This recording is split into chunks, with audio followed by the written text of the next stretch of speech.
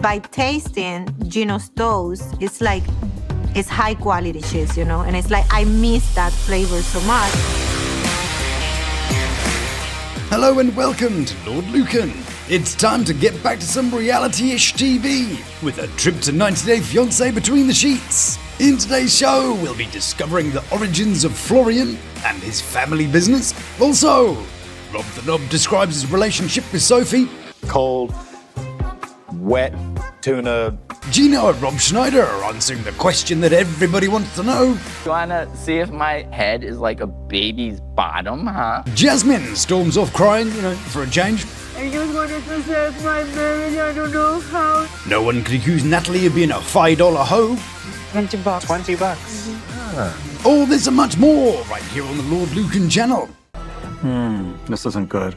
Good day, hola, and Shostakovich to you. Big loves to those who've subscribed, you beautiful people, and a golden boy and large fries for the members of the Lukan Manor. Today, my glorious McMuffin, we're back to the delightful relationship rehab. Delightful. And it's also got Rob Schneider and 90 Day legend Gino. Gino may not be here for a long time, but he's certainly here for a Good old time. Man, what did you get to do before I got here? a few lines of the old disco powder. But no, Gino's having the time of his life. He's gone from engineer to role model for bald single men everywhere. Plus, he's not the father of that baby we're pretending that Jasmine's not carrying. So, in his mind, he's off the hook and ready for his next unrealistic relationship. Good job, Gino. Also on the roster is Great Aunt Stacey, who turned up between her bingo sessions. Nice to see you, Great Aunt Stacey. I said it's nice to see you, Aunt Stacey. Yeah, I don't think you can hear us. Don't worry, though, noise fans. Sound guy David has got a hearing aid. Oh, thank you. Just as long as she doesn't think it's medication time and they've given her a suppository. Forget which ear is the good ear. One bad eye and one good ear. The wonky hip. I've heard she's also got a cute angina. But, I heard she had that remodeled too. Oh, shoot, I might need my glasses for this. Would have thought it'd be kind of easy to, locate the ear that doesn't work. It'll probably be on the quiet side of your head. And while they put her back in the 90 daycare centre, we pay a visit to kindergarten where they're playing a bit of chefery. You're good. I'm cooking. You are cooking. Oh yes, it's one of those super duper amazing, never seen before clips. I'm not sure what's more shocking. The fact that the princess is in the kitchen wielding a spatula with intent. Oh, how much hair we're likely to find in that horror show they're whipping up. Ooh, look, hers is pretty much touches the pan. And they aren't actually cooking, they're sort of stirring. These two people here are putting all the stuff together. And Rob the Nob's busy chucking it all over the cooker. Yeah, good job, Nob. Got to say, I'm not sure about his new hairdo. I quite like the longer hair, but he's got one of those, annoying good-looking faces that can wear any hairstyle he wants, really. Bastard. Next, it's time to see what Florian, aka PewDiePie, and Stacey, aka his mum, are doing. Hi, guys. And what a gentleman. He's escorting his lovely lady to her seat. Ever since Stacey blew the transmission on a mobility scooter, Florian's been on hand just in case Stacey drops a purse, or, a knickers, or a colostomy bag, or whatever it is. So, what's happening, kids? Well, Darcey hasn't been on the TV for a minute, so she's rocked up to join in the therapy. Sorry, wrong picture. Probably. Anyway, Darcey pops up, and she seems to have forgotten her middle bit. See, she's got her head to chest bit, then she sort of skips the whole belly bit and goes straight to the bums and hips. And what's the topic of discussion? Well, Stacey is suspicious about Florian and Darcey's relationship. Calling Florian in the middle of the night. It's happened numerous times. And in his defense, Florian said that he answers his phone no matter what time of day it is. Do you really do that? I answer the phone 20 hours. Who is calling me? I answer my phone, you know my phone? Yeah. Oh yes, and just to check out this little theory, they get all the cast to call Florian at random times. I love that.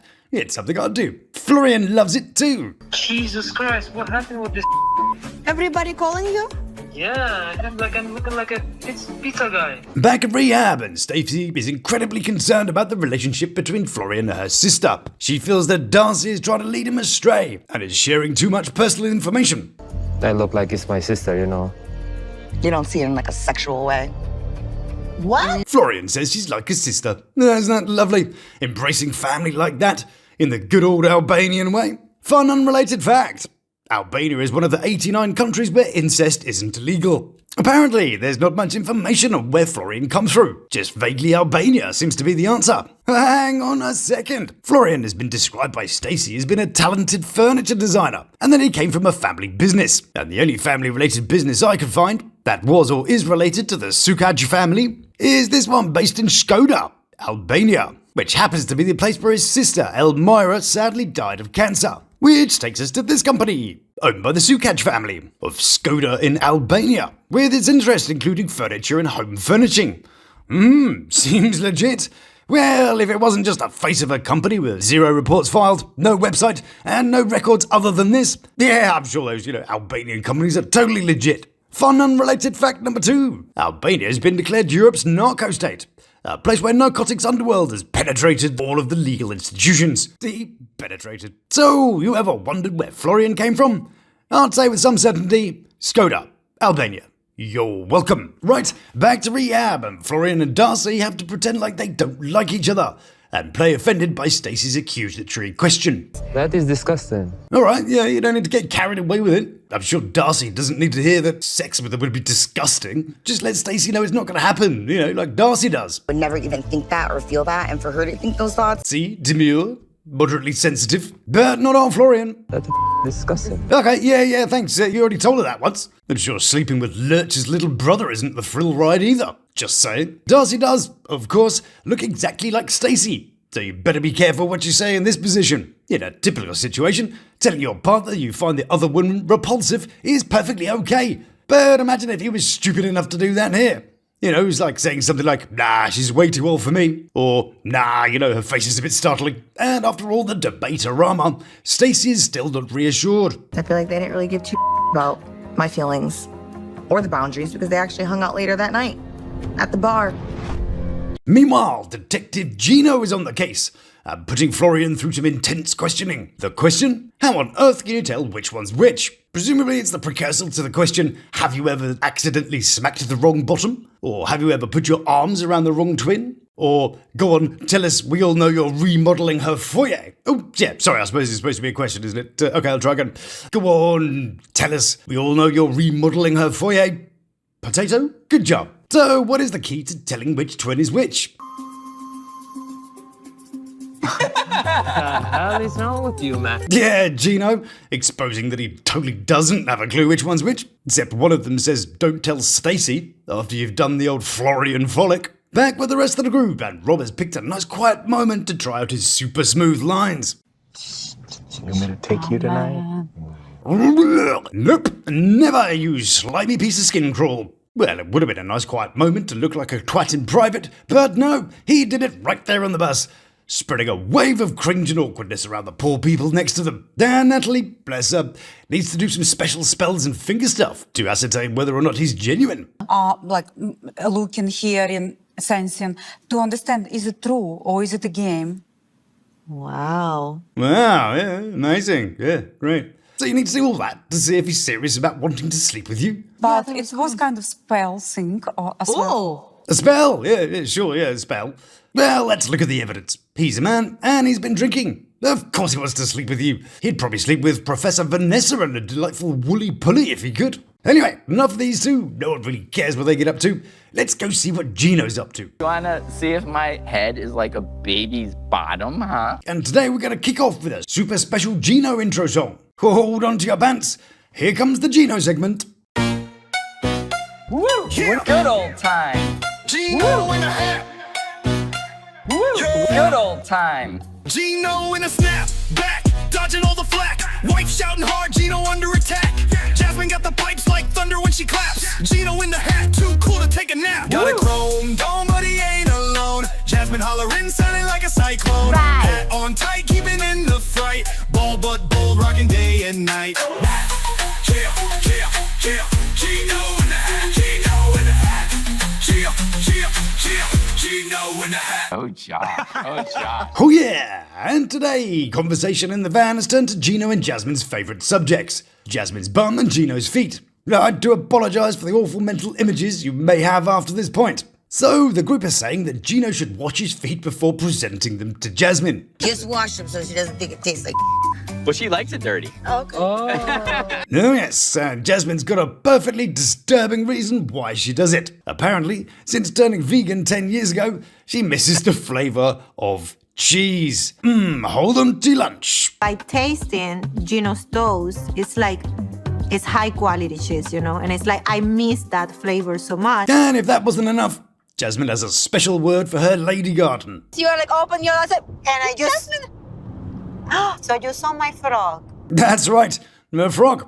Let's just quickly remind ourselves of what a frog looks like, although she didn't specify which frog she was talking about. We could of course have a guess. There's a few to choose from. She could have chosen the wide-mouthed frog, the hairy frog, or perhaps the titicaca frog. Just as long as she doesn't have Gordon's warty frog, I think we're all good. So, what's Jasmine's take on it all? The texture of a frog and a is very similar. I'd see a doctor about that if I were you. And what of the other cast members? Well, the producer asked the questions no one had on their lips.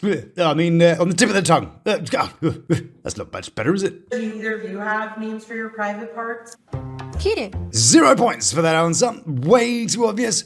But Stacey's is quite amusing. She calls it a boofy. Boofy's like owl in Albanian. Like, And what about Gino? Is it the rod of power, the staff of glory?